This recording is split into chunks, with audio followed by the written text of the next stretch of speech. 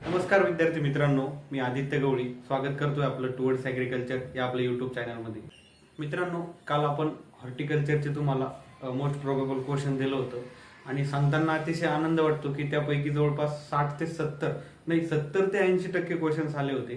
म्हणजे बऱ्याचशा विद्यार्थ्यांनी मला मेसेज केलं की सर तुम्ही सांगितलेले सगळे क्वेश्चन्स वगैरे सगळं आलं.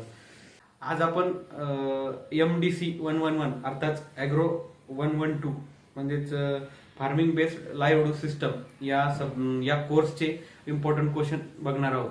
मित्रांनो, हा कोर्स म्हटलं तर तसा नवीन आहे, म्हणजे अर्थातच पूर्णच नवीन आहे. जसा आपला मागचा लँग्वेजचा जो कोर्स होता तो थोडा मॉडिफाय केला होता, पण हा पूर्णच नवीन आहे.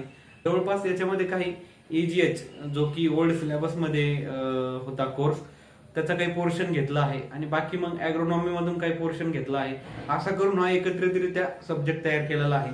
नवीन असल्यामुळं अर्थातच या ठिकाणी थोडं तुम्हाला आणखी प्रयत्न घेणं गरजेचं आहे आणि त्यातल्या त्यात हा 2+1चा सब्जेक्ट आहे.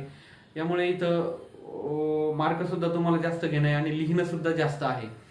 तर यामध्ये मी जवळपास 14 ते 15 क्वेश्चन्स काढले आहे आणि मला नाही वाटत की आणखी तुम्हाला करायची गरज आहे. या क्वेश्चन्सवर तुम्ही पास होऊन जाता, कारण मी सगळीकडचे जे काही नोट्स, त्यानंतर इम्पॉर्टंट क्वेश्चन, नंतर प्रॅक्टिस पेपर सगळ्यांचं अनालिसिस करून हा पेपर काढलेला आहे.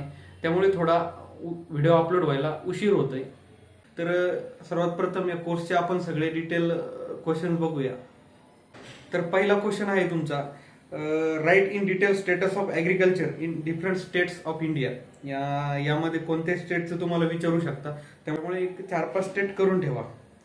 त्यानंतर 2 नंबरचा प्रश्न आहे तुमचा, enlist and explain indicators to study livelihood system and explain in detail.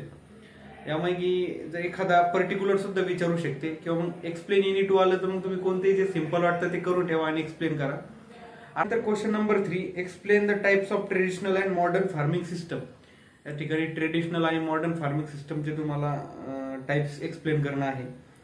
Types थोडे डिटेल करा, कारण पेपर 2+1चा आहे, त्यामुळे इथं थोडं आणखी डिटेल लिहिणं तुम्हाला गरजेचं आहे. त्यानंतर क्वेश्चन नंबर 4 आहे तुमचा, define agriculture livelihood system and describe brief about different approaches of ALS.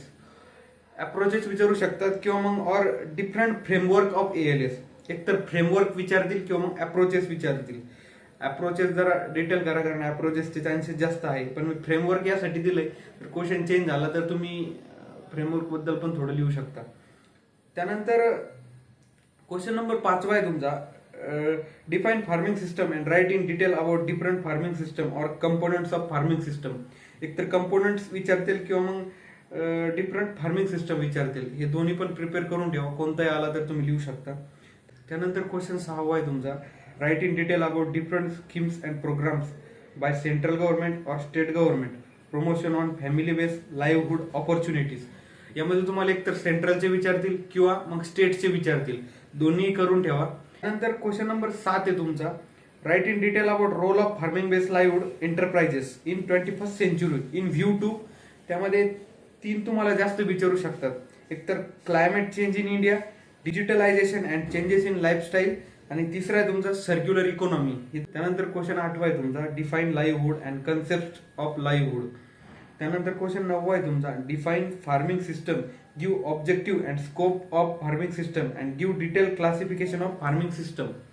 त्यानंतर क्वेश्चन 10 आहे तुमचा, write down in detail role of agriculture in Indian economy. हे तुम्हाला डिटेल करणं गरजेचं आहे, कारण महत्वाचा प्रश्न आहे.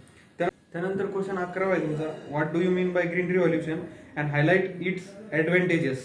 हा करणं गरजेचं आहे. त्यानंतर क्वेश्चन 12 आहे तुमचा, explain livelihood pattern in rural and urban areas, rural और अर्बन एरियाज. त्यानंतर क्वेश्चन नंबर 13 आहे तुमचा, explain structure of value chain in detail. Explain. तर क्वेश्चन 14 आहे तुमचा, enlist various livestock enterprises and explain detail in to. यामध्ये लाईव्हस्टॉकचे जे एंटरप्राइजेस आहे ते सगळेच करून ठेवा, तुम्ही कोणतेही त्यातले विचारू शकतात. त्यानंतर क्वेश्चन 15 आहे तुमचा, डिफरन्स बिटवीन येण्याचे चान्सेस जास्त आहे. यामध्ये एक अर्बन अँड रुरल लाईव्हहुड यामधलं डिफरंट विचारू शकता किंवा मग मॉडर्न अँड ट्रेडिशनल फार्मिंग यामधलं डिफरंट विचारू शकता. आणि तिसरं तुमचं मीडियम अँड स्मॉल एंटरप्राइजेस. या तिन्हीपैकी कोणतेही तुम्हाला त्या ठिकाणी विचारू शकतात. त्यामुळे हे सगळे प्रश्न करून जाणं अत्यंत गरजेचं आहे. आणि यात आणखी तुम्हाला क्वेश्चन भेटत असेल, आणखी तुमचं जर हे होऊन आणखी क्वेश्चन जर तुमच्याकडून करणं शक्य होत असेल तर आणखीन करा. कारण हा तसं बघितलं तर नवीन सिलेबस आहे, त्यामुळं हेच येईल हे पण एवढं गृहीत धरणं त्या ठिकाणी गृहीत धरून चालणार नाही. पण मी माझ्या बेसिसवर प्रयत्न करतोय की एवढं अनालिसिस वगैरे करून तुमच्यापर्यंत जे यायचे चान्सेस जास्त आहे तेच क्वेश्चन तुम्हाला मी देईल. बाकी जेवढं माझ्या हातात आहे तेवढं मी करतोय. जर बाहेरून काही क्वेश्चन आले तर त्या ठिकाणी तुम्हाला प्रिपेअर राहणं फार गरजेचं आहे. बाकी यातले तुमचे मिनिमम प्रश्न 100% येणार ज्याच्यावर तुम्ही पासिंग तरी होऊ शकाल. बाकी पासिंगच्या बाहेर तुम्हाला स्कोअर किती करायचा हे तुमच्यावर डिपेंड आहे. ओके.